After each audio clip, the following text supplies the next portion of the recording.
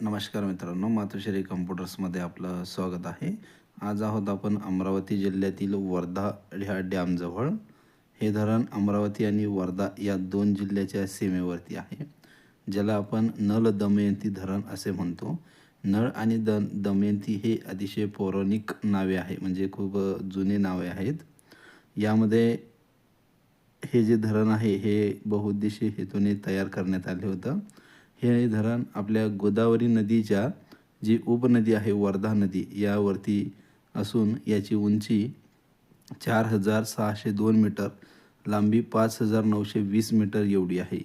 या धरणाचा पाणीसाठा 4,602 मीटर एवढा आहे. या धरणाचा पाणीसाठा 4,302 किलोमीटर वर्ग एवढा आहे आणि 27,800 घनफूट एवढे आहे.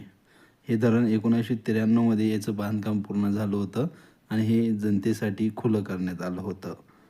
या धरणाला एकूण 13 दरवाजे आहेत आणि हे धरण म्हणजे 8व्या क्रमांकाचं धरण होय महाराष्ट्रातील.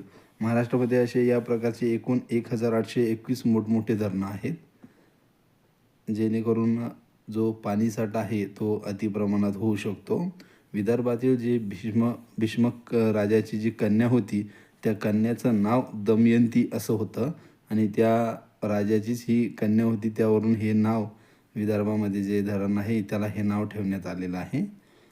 तर या प्रकारच्या आपण नवनवीन माहितीसाठी नवनवीन व्हिडिओसाठी आपल्या चॅनलला लाईक करा, सबस्क्राईब करा, जेणेकरून नवीन नवीन माहिती आपल्यापर्यंत वेळोवेळी पोहोचवली जाईल.